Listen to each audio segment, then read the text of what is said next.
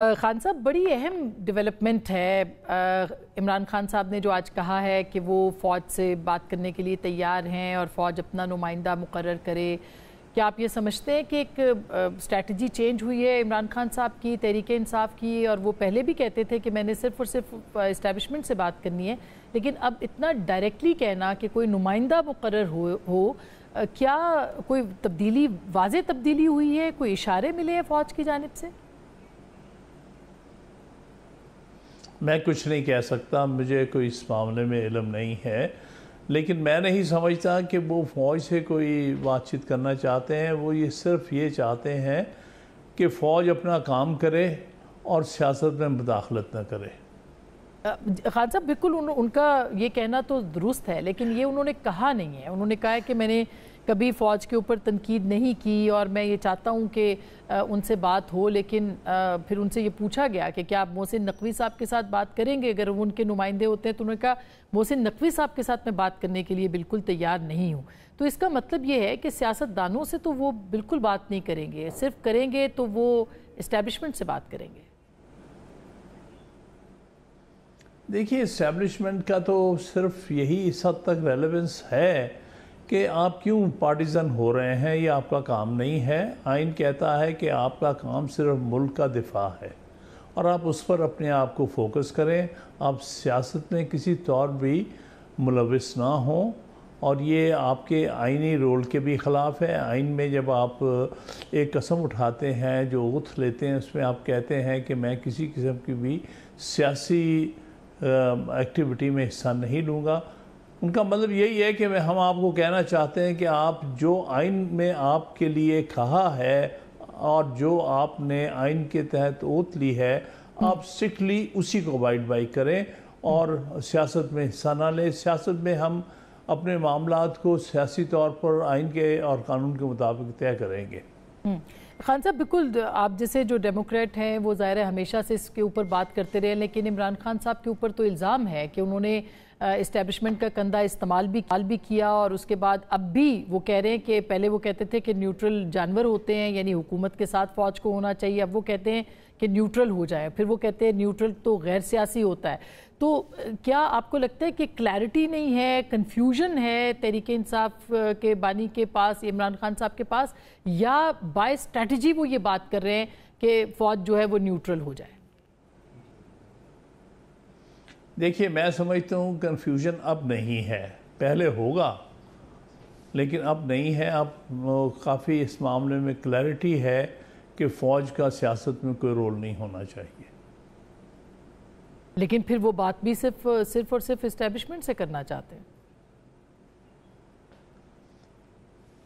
क्योंकि इस्टेब्लिशमेंट की वजह से आज ये सूरत हाल पैदा हुई है जिससे मुल्क एक सियासी बहरान से गुज़र रहा है। अगर वो पार्टीजन ना होते और 8 फरवरी के जो इंतखाबात हैं उनके रिज़ल्ट तब्दील ना कराए गए होते तो शायद ये सूरत हाल आज ना पैदा होती। तो आप ये समझ रहे हैं जो क्लैरिटी आई है वो क्लैरिटी के पीछे वजह क्या है? क्योंकि 9 मई के बयानात के ऊपर भी उन्होंने ये कहा है कि कॉल जो थी वो दी गई थी और उन्होंने दी पुरअमन कॉल थी। क्या वो वजह है, या सोशल मीडिया के ऊपर घेरा तंग हो रहा है वो वजह है? इस क्लैरिटी की वजह क्या आपको नज़र आ रही है? क्लैरिटी की वजह वो तजर्बा है जिससे वो गुजरे हैं। खान साहब, वो तजुर्बा क्या है? तजर्बा ये है कि जब आप इस्टेब्लिशमेंट के कंधे पर चढ़ के इक़्तिदार लेते हैं तो फिर वो उसी तरह से आपको बाहर निकालते हैं, जिस तरह से इक़्तिदार एक पार्टी को दे के फिर उनको हटाते हैं, फिर दूसरी पार्टी को दे के फिर उनको हटाते हैं। ये खेल जो इस मुल्क में 70 साल से चल रहा है, उससे पाकिस्तान की एंटिटी को, पॉलिटी को बहुत नुकसान पहुंचा है। आज भी अगर हमारी इस्टेब्लिशमेंट इस बात को समझ जाए कि उनका पॉलिटिकल रोल नहीं होना चाहिए, फ्री एंड फेयर इलेक्शंस कराएं, उनके दुरुस्त रिजल्ट्स दें और इक़्तिदार जो है इलेक्शंस के जो दुरुस्त रिजल्ट्स की बुनियाद पर मुंतकिल किया जाए, तो मैं समझता हूँ मुल्क अपने पाँव पे खड़ा हो जाएगा और आइन और जमहूरियत के असूलों पर चलने लग जाएगा। ये तो बहुत अच्छी बात है, लेकिन जाहिर है कि आप जैसे कह रहे हैं कि तजुर्बे से उन्होंने सीखा कि इस्टेब्लिशमेंट का कंधा इस्तेमाल नहीं करना चाहिए, सारी सियासी जमातें उन्हें किया भी है, लेकिन आपको नहीं लगता कि इमरान खान साहब ने जो 2018 में कंधा इस्तेमाल किया था वो उसके ऊपर भी अपनी गलती तस्लीम करें और वो कहें कि हमने भी गलत कंधा इस्तेमाल किया था और जुडिशरी जो थी वो नेक्सस थी इस्टेब्लिशमेंट की उस वक्त की और उसने अपने गलत जो काम किए थे उसका पाकिस्तान को खमियाजा भुगतना पड़ रहा है। तो खान साहब आपको नहीं लगता कि फिर पूरा सच बोलना चाहिए, आधा सच नहीं बोलना चाहिए?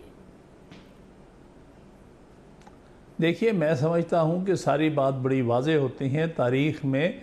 आप तारीख़ का फ़्लो देख के आप समझ जाते हैं। खामखा इतने ज़्यादा डिटेल्स में जाने की क्या ज़रूरत है?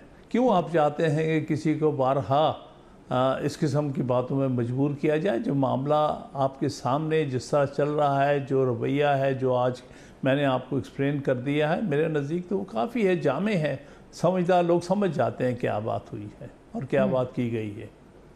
लेकिन अभी जैसे बहुत सी बात हो रही है जुडिशरी के हवाले से भी सर, और जुडिशरी का अभी फैसला भी आया। आज आपने देखा होगा कि कानून साजी भी मखसूस नशिस्तों के हवाले से प्रपोज की है गवर्नमेंट ने, जिसमें कि कहा गया है कि डिक्लेरेशन 3 दिन के अंदर जो था वही और मखसूस नशिस्तों की जो फहरिस्त पहले थी वही तस्लीम होगी।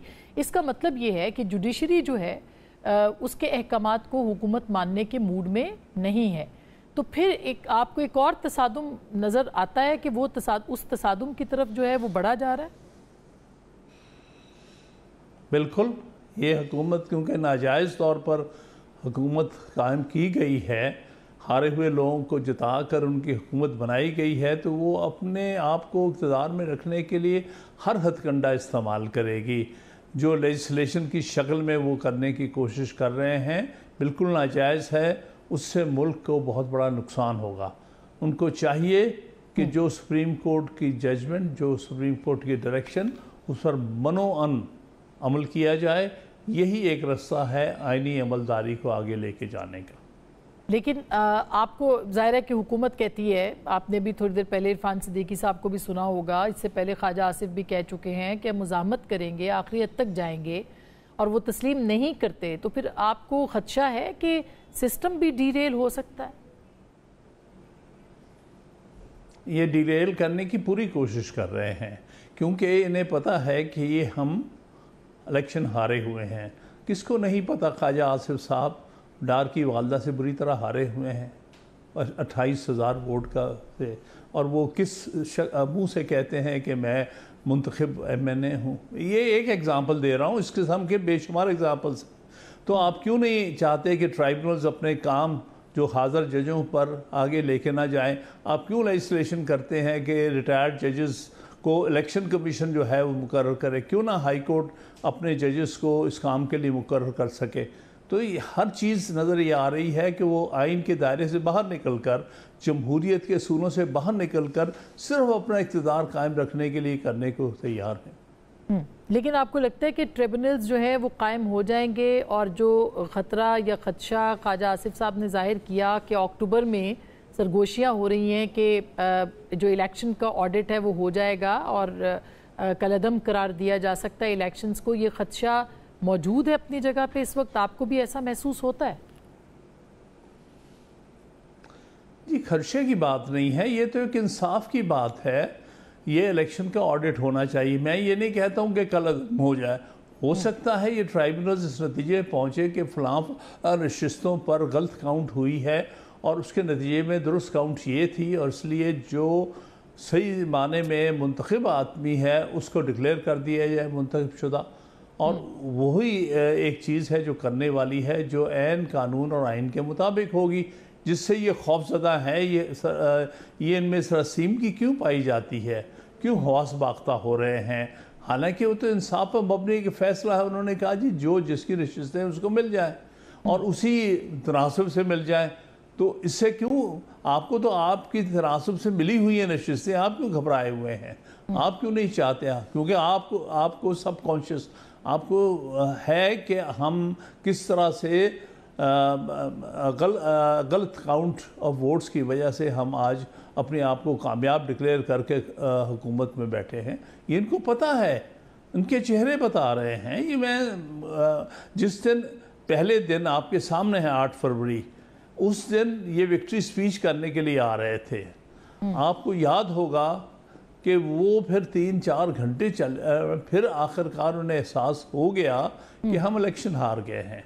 ये फिर अपने अपने घरों को वापस चले गए। ये रिकॉर्ड की बातें हैं, मैं कोई अपनी तरफ से नहीं कह रहा कि उन्होंने कहा, मैंने खुद टेलीविज़न की सारी चैनल से सुना 11 बजे करीब के ये नवाज शरीफ साहब और मरीम साहबा जो है वो अपने घर वहाँ जाती उम्रा चले गए हैं और इसी तरह से शहबाज शरीफ साहब अपने मॉल टाउन के रेजिडेंस में चले गए हैं। समझ गए थे कि क्या हुआ है, इन्हें कबूल करना चाहिए।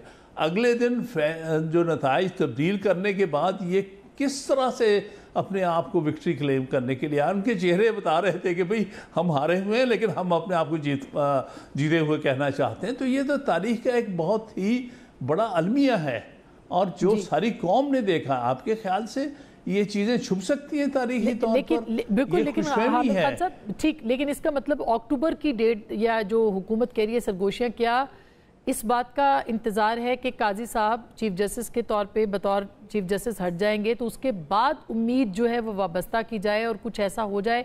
ये अक्टूबर इसलिए बात हो रही है कि उसके बाद जो है वो फैसला हो सकता है कोई खिलाफ इस हुकूमत के? देखिए, मैं अक्टूबर की बात नहीं करना चाहता। अगर किसी ने अक्टूबर की बात की है तो उसने किसी गलतफहमी में की है। मेरे नज़दीक अक्टूबर कोई डेडलाइन नहीं है, ना उसके बाद कोई चीज़ है ना उससे पहले कोई चीज़ है। मैं सिर्फ ये कहता हूँ कि कानून ये कहता है कि केसेस जो ट्राइब्यूनल्स के पास पेंडिंग है इनको आगे चलाया जाए और उनको अपने मंतकी अंजाम तक पहुँचाया जाए। एविडेंस की बुनियाद पर फैसला किया जाए, चाहे वो फैसला अक्टूबर में आए चाहे नवंबर में आए। हम कोई डेडलाइंस ड्रॉ नहीं कर सकते। इसी तरह से ये ट्राइब्यूनल्स ने अपनी कन्वीनियंस और अपने जो है कानून की ज़रूरत को पूरा करते हुए मामला चलाने हैं। तो मेरे ख्याल में अगर किसी ने अक्टूबर वगैरह का जिक्र भी किया है तो उसने अपने तौर पर किया होगा, ये कोई पार्टी की पॉलिसी नहीं है। तो इसका मतलब है कि आम इंतखाबात के दोबारा इनकाद के ऊपर तहरीक इंसाफ जो है वो मुतालबा रखेगी और रख सकती है? नहीं, मेरे नज़दीक कई सारे मामलात हैं। मिसाल के तौर पर अगर अगर ट्राइब्यूनल्स अपने फैसले दे दें और सही माने में एक इलेक्शन का ऑडिट हो जाए, मतलब कंस्टिट्यूंसी वाइज, और उसके मुताबिक फ़ैसले हो जाएं और जो हकदार थे, जो मुंतखब थे 8 फरवरी को, उन्हीं को जो है मेंबर तस्लीम कर दिया जाए और जो नाहक बैठे हुए हैं इतने महीनों से उनको हटा दिया जाए, तो उस सूरत में यही असम्बलियाँ जो हैं उनकी लेजिटिमेसी, जायज़पन कायम हो जाएगा। वरना तो फिर रास्ता कोई नहीं रह जाएगा, फिर तो नया इलेक्शन ही हो सकता है ना। लेकिन आप उस पॉसिबिलिटी को अभी भी ख़त्म कर सकते हैं अगर आइन और कानून पर चलते हुए आप ये फ़ैसले जो पेंडिंग फ़ैसले हैं ट्राइब्यूनल्स के सामने उनको ऑनेस्टली और जस्टली कर लें।